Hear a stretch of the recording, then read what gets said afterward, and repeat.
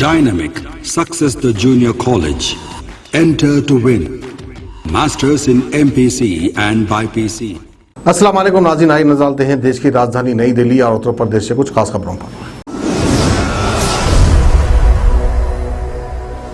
दिल्ली सरकार आम लोगों को बड़ी राहत देने जा रही है। गाड़ियों से जुड़े कामों के लिए अब उन्हें ट्रांसपोर्ट डिपार्टमेंट के ऑफिस जाने की जरूरत नहीं पड़ेगी और लर्निंग लाइसेंस अगले हफ्ते से ही घर बैठे मिलने लगेगा।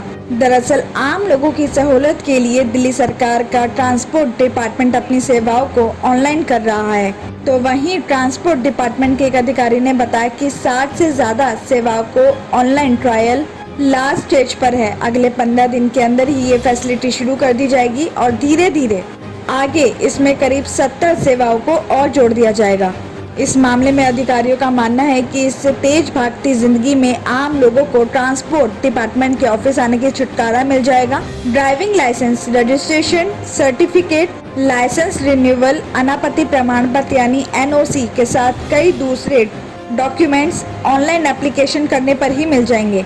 आपको बता दें कि दिल्ली में हर महीने ड्राइविंग लाइसेंस और गाड़ियों के रजिस्ट्रेशन से जुड़े 1 लाख से ज्यादा एप्लीकेशन आते हैं और इससे सभी ऑफिसेज में हमेशा भीड़ रहती है, जिस वजह से ट्रांसपोर्ट डिपार्टमेंट ने अपनी सेवाओं को ऑनलाइन कर दिया है।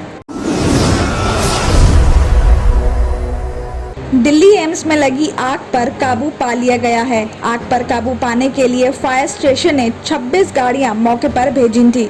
आपको बता दें कि कल देर रात एम्स के कन्वर्जन ब्लॉक की 9वीं मंजिल में आग लगी थी। इस घटना में किसी की मौत या घायल होने की खबर नहीं है, क्योंकि जहां आग लगी थी उस जगह को कोविड सैंपलिंग के तौर पर इस्तेमाल किया जाता था। डॉक्टर्स के अनुसार रात तकरीबन 10 बजे के आसपास इस आग लगने की खबर मिली थी। दिल्ली फायर डिपार्टमेंट को भी इस बात की जानकारी दी गई और एक के बाद एक 11:15 बजे तक 20 गाड़ियां वहां पर पहुंच गईं। हालांकि बताया जा रहा है कि शुरुआती जांच में ऐसा ही लग रहा है कि आग शॉर्ट सर्किट की वजह से लगी है, जिसके बाद एकेडमिक ब्लॉक में आग की घटना के बाद एम्स ने सभी डिपार्टमेंट को इस बात के लिए कहा कि ड्यूटी का टाइम खत्म होने पर सारी लाइट्स बंद करके ही जाएं, लेकिन इस पर अब तक किसी का ध्यान नहीं। बत्ती बंद करने की फुर्सत एम्स के डॉक्टर, पैरामेडिकल स्टाफ या दूसरे कर्मचारियों को नहीं है। साथ ही ये भी बता दें कि उस दौरान में जब जांच की गई थी तो ज्यादातर कमरों में AC भी चालू मिले थे। एकेडमिक ब्लॉक में भीषण आग लगने के बाद सुरक्षा को लेकर डॉक्टर्स ने खासी नाराजगी जताई है। कहा जा रहा है कि एक मीटिंग में पहले भी ये मुद्दा उठाया गया था, लेकिन हालात फिर भी नहीं बदले हैं।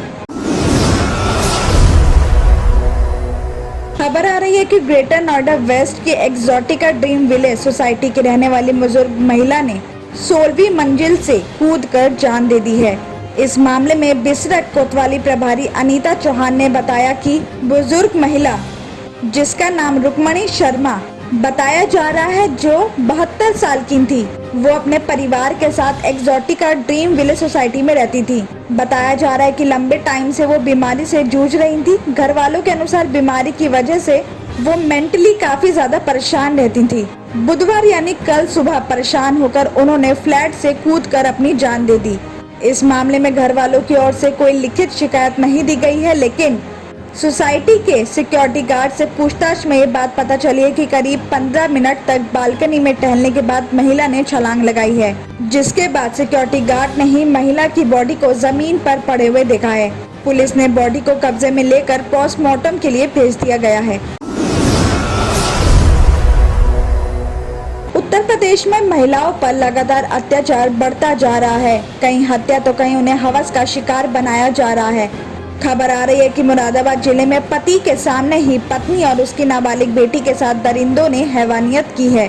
आपको बता दें कि मुरादाबाद के बिलारी इलाके के गांव में ग्रामीण के घर में घुसकर मां बेटी से सामूहिक दुष्कर्म करने का मामला सामने आया है। इस मामले में पीड़ित के घर वालों की तहरीर के आधार पर पुलिस ने 3 युवकों के खिलाफ रिपोर्ट दर्ज कर ली है।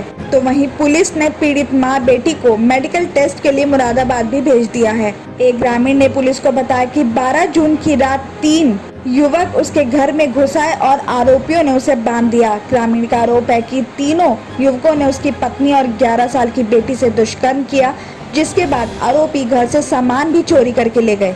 ग्रामीण का ये भी आरोप है कि तीनों युवकों ने जाते टाइम किसी को घटना के बारे में बताने पर जान से मारने की धमकी भी दी है। उसने बताया कि आरोपियों में से एक युवक की गांव में ही रिश्तेदारी भी है, जिसे वो सामने आने पर पहचान भी सकता है। वहीं पुलिस ने तीनों युवकों के खिलाफ घर में घुसकर सामूहिक दुष्कर्म, जान से मारने की धमकी देने और पॉक्सो एक्ट की धाराओं में रिपोर्ट दर्ज कर ली है।